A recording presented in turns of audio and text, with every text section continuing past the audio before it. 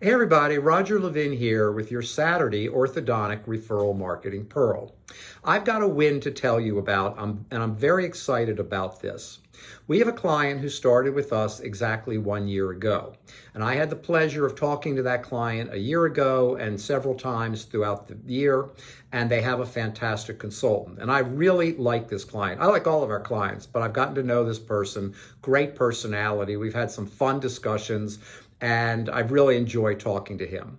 And I remember vividly a year ago when he told me that he had no interest in doing anything with referring doctors.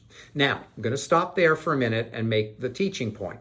The teaching point is that if in orthodontics, there are 5 focus areas. And I'm warning you now in a polite, positive way that orthodontics will be getting more competitive.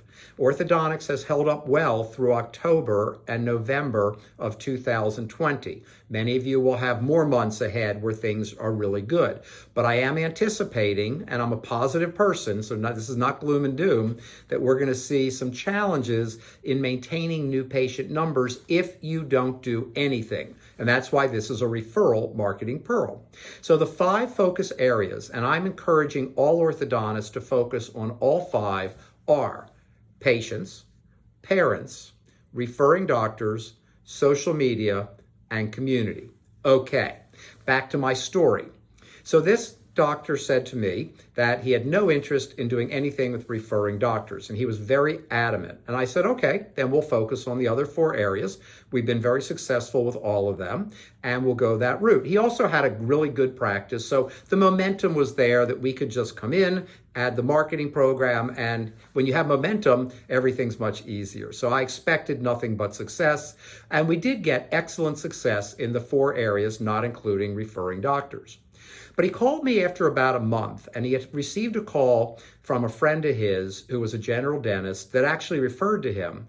And they were talking, and the general dentist said, you know, you're missing the boat. I was at a study club meeting, and everybody was asking who they referred to, and nobody mentioned your name. And I know you're a fantastic orthodontist. I love working with you. The kids and parents are happy when they come back.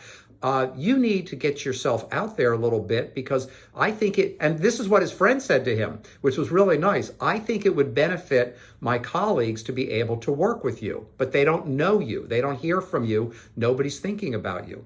It was exactly what I would have said in a lecture, except this was his good friend, a general dentist, telling this to him. And I sat back smiling. He said, so Roger, I know I said I don't want to do anything with general dentists, but can we do a few things? And I said, no, we cannot do a few things. Next teaching point.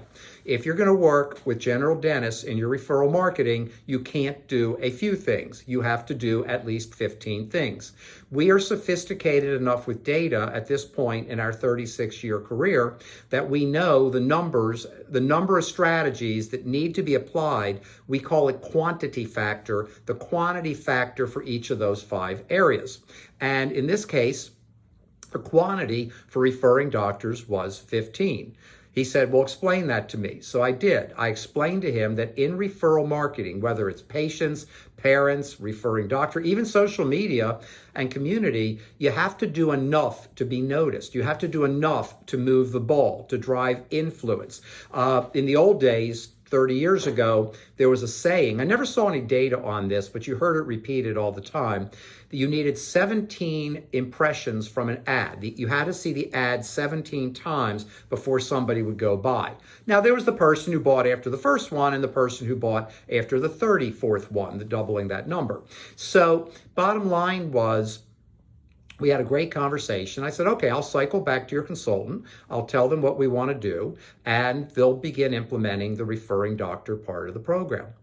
12 months later, he had 100 new patients in the first 12 months. And that's a lot, but it's great, from referring doctors, directly referred from general dentists. Because as he started, his friend was also out there telling people how great he was. He became sort of an evangelist for this orthodontist. That's always great if you've got, an evangelist or an advocate out there. But it's not about getting the 100 that I'm telling you this. It's about understanding You don't know what you're losing. There's a wonderful expression that I live by. I got 300 expressions that keep me in good shape.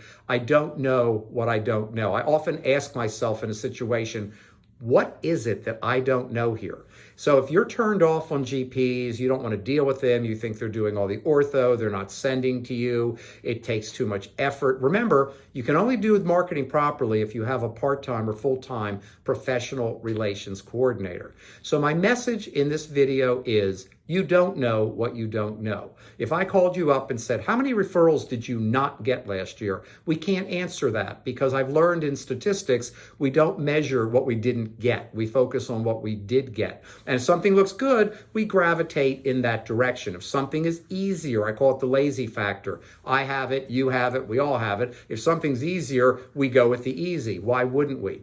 But sometimes we need to sit back and ask the question about what don't we know? And what this doctor did not know, this orthodontist did not know, was that he could add 100 new patients, at least in the first year, from referring doctors.